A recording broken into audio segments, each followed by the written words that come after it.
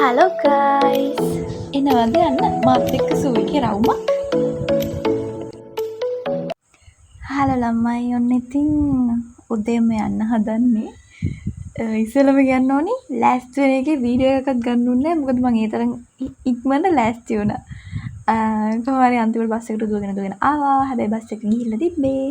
ටුක් එකක් දාගෙන ඇවිල්ලා ඔන්න දැන් යන ගමන් ඉන්නේ. මං හිතන්නේ ඔයාලා මාව ලොකුවට දන්නේ නැහැ. ඉතින් මාව සබ්ස්ක්‍රයිබ් කරන්න.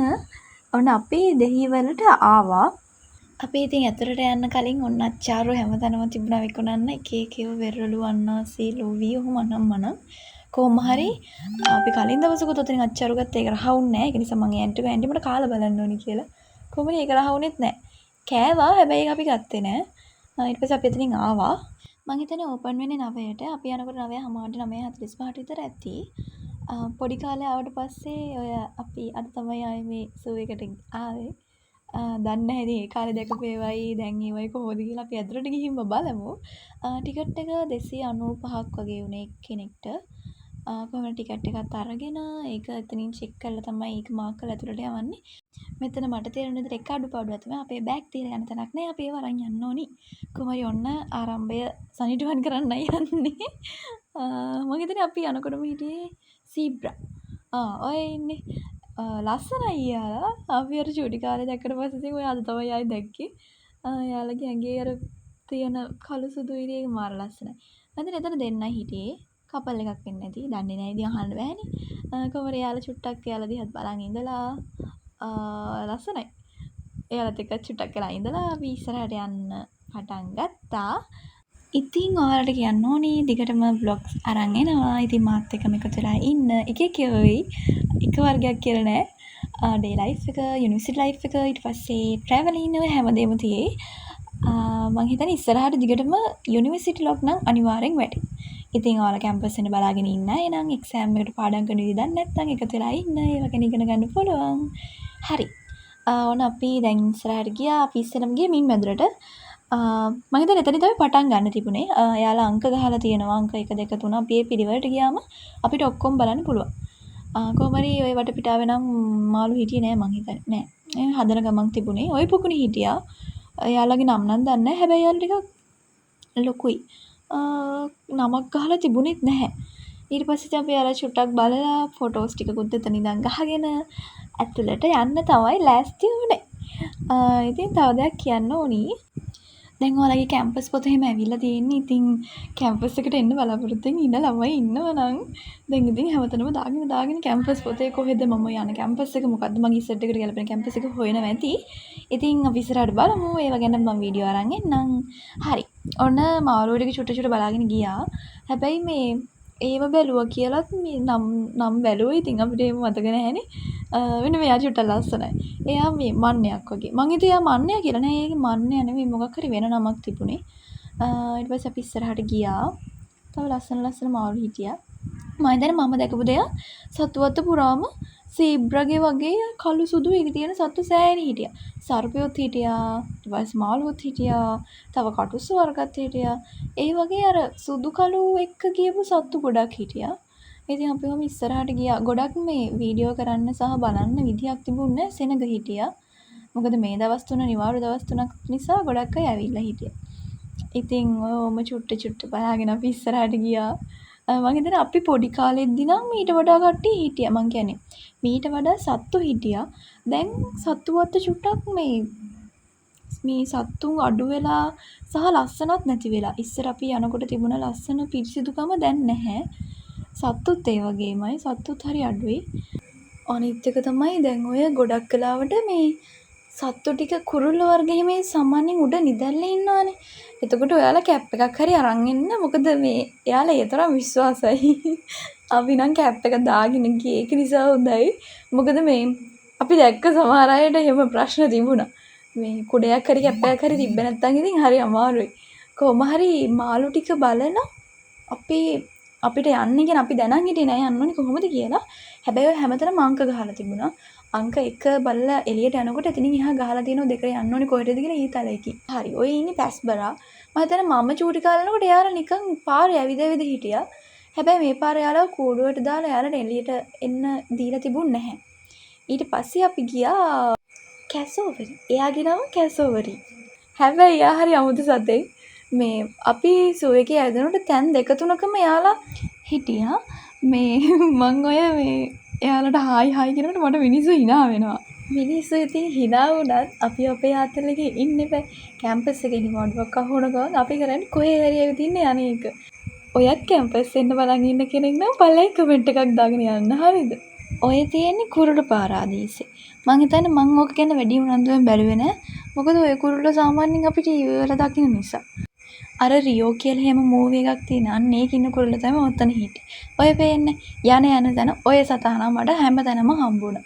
මං හිතන්නේ යාළුවා එකට තියන බැරි නිසා තැන් තැන් වලට දාලාද කොහෙද. කොහොමද මෙයා හරි ඕපදූප මේ මල්ලක් හරි. මම දැන් ওই කැම්ප් එක ළඟ කරනකොට එයා හොඳට බලනවා. තව එහා පැත්තේ ඩයල් එකකුත් හිටියා. එයාත් එහෙම මෙහෙන් හොම්බ දැම්මා. මම බය හිටියේ ෆෝන් එක දැන්ලා ෆෝන් එක වට්ටගෙන ඊමේ පැත්තට කියලා. මම ඉතින් එයාත් එක්ක චුටක් chat එකක් දාගෙන ඉඳලා ඉස්සරහට යන්න පටන් ගත්තා. අනිත් එක තමයි ඔයාලට කියන්න ඕනි සත්තුවත්ත බලන්න එනවා නම් මේ ඇවිල්ලා මේ යන්න දුවන්න බලාගෙන එන්න එපා. මොකද ෆොටෝස් ගන්න ඕන තරම් ප්ලේස් තියෙනවා, ලස්සන තැන් තියෙනවා. ඒක නිසා ටිකක් වෙලා අරගෙන ඉන්න බලාගෙන සූ එකට එන්න. ඊට පස්සේ ඔන්න අපි තව කුරුළු බාරාදීසි කුරුළු ටිකක් බලන්න ගියා. මං එයාලගේ නම් දැක්කේ නෑ. දැක්ක කියන සමහර තැන්වල නම් ගහලා තිබුණේ නෑ. මෙන්න මෙයා බලන්නකෝ. ලස්සනයි ඒ කුරුල්ලා ලස්සනයි. නම මතක නෑ. එයා අතේ ඉරුඟු තියාගෙන එයා කනවා. එක අතකින් අල්ලගෙන කනවා. බලන්නකෝ එයා කන විදිය. මම ඉතින් චුට්ටක් වෙලා එයා දිහාත් බලන් හිටියා. හැබැයි තව එතන හිටියා මේ ගිරවෙක්. එයා ගොඩක් වයසයි. මං හිතන්නේ එයාට පියාඹන්න කියා ඇවිදින්නවත් බෑ. ඒ තරම් වයසක කෙනෙක් හිටියා. නම මතක නෑ. හැබැයි ඉතින් කුරුළු ගණේට තමයි ආයත් වෙන්නේ. චුට්ටක් බෙල්ල දිගයි කළු පාටයි සුදු පාටයි. මං කියන්න දන්නේ එච්චරයි. ඊට පස්සේ ඔය වගේ තව කුරුළු ගොඩක් හිටියා. මට තිබුණ ප්‍රශ්නේ ඇයි මෙයාගේ ඔළුවේ විතරක් අර පෙඳි ටික නැත්තේ කියලා. මෙයා නම් පාඩුවේ හිටියා. මෙයාත් ඕන තරම් ෆොටෝ ගහන්න මං පාඩුවේ ඉන්නවා වගේ එයාත් පාඩුවේ හිටියා. හැබැයි එයා නම් හරි ලස්සනයි. මෙන්න මෙයා නම් පට්ටම පිරිසිදුයි. ඒ කියන්නේ එයාගේ හොට නිකන් බටයක් වගේ. අර එයා හොට ගලේ මේ කෝට්ටේ අතුනොත් ඩොඩ්ඩොක් ගාලා සද්දකුත් ඇහෙනවා. මෙයා නම් දන්නේ නැහැ කවුද කියන්න. මෙයා ඉන්නවද නැද්ද කියලා පේන්නේ නැහැ. මොකද පොළොවේ පාඩම තමයි එයා. ඊට පස්සේ අපි ගියා අමුතුම තැනකට. මෙතන විශේෂයි මට කියන්න මං කියන්නේ මට හිතුණ දේ. ඔතන චෝටි කුරුල්ල වගේක් හිටියා. ඔය ඔතන මේකට උඩ ඔතන කිසිම පිරිසිදුකමක් නැහැ. ඔයාලට ඒක දැක්කම තේරෙනවනේ. ඔතන දකුණු පැත්තේ උඩ වොෂ්රූම් තියෙනවා. මට නිකමට හිතුණ දෙයක් ඒ වොෂ්රූම් වල තියෙන ඔක්කොම එන වැත්ති ඔන්න ඔතෙන්ට. මොකද ඔතන පෙනුමෙන් සහ ඒ සුවඳින් තේරෙනවා එතන එහෙම තැනක් කියලා. මං හිතන්නේ මිනිස්සු සත්තු ගැන ඊට වඩා දේවල් හිතන්න ඕනි. මොකද ඒ සත්තු ඔතනින් කනවා, වතුර බොනවා. ඉතින් අර වගේ තැනකින් එන දේවල් ඔතෙන්ට දාන එක හරිද? මම දන්නේ දානවද නැද්ද කියන්න. මං කිව්වේ මට හිතුණ දෙයක්. අන්න ඊට පස්සේ අපි ආවේ නිදි කුඹරේක බලන්න ආවට මං හිතන්නේ යාව පේන මානක හිටියේ නෑ. මං හරි අමාරුවෙන් තමයි යාව හොයාගත්තේ. සද්දය හින්නෙත් නෑ, ඉන්නව පේන්නෙත් නෑ. බලාගෙන ඉඳ කොච්චර දිනනවනම් කටේ පැත්තක් බිම එල්ලෙන. ඒ තරම් එයා නිදි. අපි සත්තු අතර ගිහිල්ලා ආයෙන් අනිත් පැත්තට එනකොටත් වලහ නිදි. ඉතින් හිතන්න පැය කීයක් නිදිද කියලා. ඊට පස්සේ අපි ගියා තවත් කුරුළු පාරාදීසෙට. මෙතන නම් මාර ලස්සනයි. මං කිව්වේ ෆොටෝස් ගන්න ඕන තරම් තැන් තියෙනවා කියලා. මෙතන ෆොටෝස් ගන්න මාර ලස්සනයි. ඒක හරියට අපි කැලයක් ඇතුලේ දාම ෆොටෝ ගන්නවා වගේ. ඒක නම් වීඩියෝස් වලට, ෆොටෝස් වලට, TikTok කරන්න එතන ෂෝ. ඊට පස්සේ අපි ආවා කටු අංකල් බලන්න. එයාව බලලා ඉක්මනට ගියා. මෙන්න මේ නපුරව බල. එයා හරි උජාරුවෙන් හිටියේ. පොඩ්ඩක් මම බැලුවා එයා චුට්ට මන්දිය හරි බලයිද කියලා නෑ. පස්සේ කොහොමද බඩගිනි වෙලා කට අරිනවා නම් දැක්කා. මෙයාලා නම් හරි කියුට්. ඔයද එතන 10ක් විතර හිටියා චූටි අය. කොහොම හරි ඉතින් ඇවිදලා මට මහන්සි මං ආවා මොනා හරි බොන්න. මං එතනින් මැංගෝ ජූස් එකකුත් අරගෙන ඒකේ ගාන උනේ 250ක්. ඊට පස්සේ මං ඒකත් බිබියාව මෙන්න මෙයාව බලන්න. කවුද කියලා නම් දන්නේ නැහැ. ඇත්තම කතාව සත්තුවත් ඇවිදලා එළියනකොට හිටපු සත්තුන්ගේ නම් මතක නැහැ. ඔයාලා ලස්සනයි. මං නිකමට හිතුවේ මේ මම නිකන් ඇලි වඳුරෙක් කියලා. නෑ එයා සුදු වඳුරා. එයා චූටි පැටි. පෙනුමට හිටියට එයා පොඩි පැටි. ඔන්න ඊට පස්සේ ඉන්නවා මෙයාත් පැටියෙක්. එයාවත් අපි ෂුට්ටක් කළා බලන් ඉඳලා ඊට පස්සේ ආව ඔතෙන්ට. මෙයා නම් මතක නෑ කවුද කියලා. හිපොපොටේමස්ලා දැන් දෙකක හිටියා. අතන තනියෙන් පොඩි පැටියෙක් හිටියේ. මෙතන මේ අම්මයි තව පැටියෙකුයි. ඊට පස්සේ අපි ගියා අලි බලන්න. අද අලි සෙල්ලම් තිබුණේ නැහැ. එයාලව නාවනවා. මෙයා වෙනම ගැට ගහලා තිබ්බා. ඊපස්සේ අපි දැක්ක දේ තමයි මෙතන එක අලියෙක් හිටියා. මං හිතන්නේ එයාගේ ඉස්සරහ දනිස්තිගේ මොකක් හරි ප්‍රශ්නයක්. තව එහා පැත්තේ තලපැටව දෙන්නෙක් හිටියා. එයාලා දිහා චුට්ටක් වෙලා බලන් ඉඳලා අපේ තැහුව අලි සෙල්ලම් තියනවද කියලා අද නෑ කිව්වා. ඒකල ඔය මෝව බලන්න ගියේ. එයාලා නම් ගොඩක් හිටියා. පිනිමෝ නෙවෙයි. වැලි මෝ හිටියා. තව මෝ වර්ග ගොඩක් හිටියා. කවලමේ හිටියේ. තැන් වලත් හිටියා. ඔතන ගොඩක් අය කවලමේ හිටියා. ඊට පස්සේ මෙන්න මෙයා බලන්නකො. මෙයාගේ නම් පිටිපස්සේ පිළිකාවක් කියලා තමයි කිව්වේ. අපි ඉතින් හරියට දන්නේ නැහැ. එයාගේ තව කෙනෙක් හිටියා අර ඉන්නේ. එයා ඔය බෝතලයක් එක්ක සෙල්ලම් කරගෙන හිටියා. මම හිතන්නේ කවුරු මිනිස්සෙක් බෝතලයක් දාලා හරි නැත්නම් ඒක වැටිලා හරි. එයා චුට්ටක් ඉස්සරහට යනවා බෝතලේ ඉස්සරහට විසික් කරනවා. ආයෙත් එන්නවා ආයෙ බෝතලේ විසික් කරනවා. මම එයා දිහා චුට්ටක් කියලා බලන් හිටියා. එයා හරි යුරතල්. මෙයා විවිධන වතුර බොන දිහත් බලන් ඉඳලා ඊට පස්සේ ගියා සිංහයෝ බලන්න. මම හිතන්නේ මේ එතන හිටියේ ඇප්‍රිකන් අයද කොහෙද? දෙපොළක හිටිය සිංහයෝ වර්ග දෙකක්. ඊට පස්සේ මේ ඉන්න අපේ නෑදෑයෝ. එයා දිහා චුට්ටක් කියලා බලන් ඉඳලා ආයෙත් බඩගිනි වුණා. ඊට පස්සේ මම කොත්තු මේ එකකුයි සොසේජස් එකකුයි අරගෙන කාලා එතන චුට්ටක් කියලා හිටියා. දැන් ඔය ලෙවල් කරන්න ළමයි නම් දැන් රවුන්ඩ් ගහන්න ලෑස්ති වෙන්න එපා. තව මාස 3යි එක්සෑම් එකට තියෙන්නේ. ඔය මාස 3ක් දත කාගෙන එක්සෑම් එක ලියලා ඊට පස්සේ ඉතින් අවුරුද්දක් විතර තියෙනවනේ. ඒකේ ආතල්ලකේ ඉන්න තමයි තියෙන්නේ. එක්සෑම් ඉවරන ගමන් ඇවිල්ලා යන්න. සූ එක පැත්ත පොඩ්ඩක් රවුමක් දාලා ආයෙ එකම සතා හම්බෙනකොටත් එපා වෙනවනේ. මම හිතන්නේ මෙයා මේ හම්බුන 3 වෙනි පාර. කොහමද එයාගාව වැඩි වෙලා හිටියේ නෑ. මොකද මට එයාව දැකලා ඇති. ඊට පස්සේ කැංගරු අංකල් හම්බෙලා මෙන්න මෙතන තමයි මාරම් වැඩේ උනේ. ඔයාලට කියන්න මෙයා හරි ලස්සනයි. යා පිළිමි වගේ ඔහොම හිටිය ෆොටෝ එකක් වගේ. ඔතනට එහා පැත්තව පොඩි ළමයෙක් ඇවිල්ලා හිටියා. මම අනිත් පැත්තට අනිත් පැත්ත බලනකොට ඒ පොඩි ළමයා ඔය වැටෙන් ඇතුලට ගිහිල්ලා. ඔතන සීබ්‍රා හිටපු නිසා හොඳයි. මෙයාව නම් දැක්කේ හරිම හම්බෙන් දුවගෙන ගිහිල්ලා වීඩියෝ කරගත්තේ. නැත්තම් ඉතින් ඔගේ එකපාර මකුල ගත්තොත් එහෙම මේකක් නැහැනේ. අනේ මට හරිම දුක හිතුණා මෙතන නම්. එයාලව කූඩු කළා. එයාලා අත ගානකම් ඉන්නවානේ. හරිම පව්. තව එක්කෙනෙක් හිටියේ යාට වතුර නැතුව. වතුර යා බොන්න දඟලනවා. එතන වතුර නැහැ.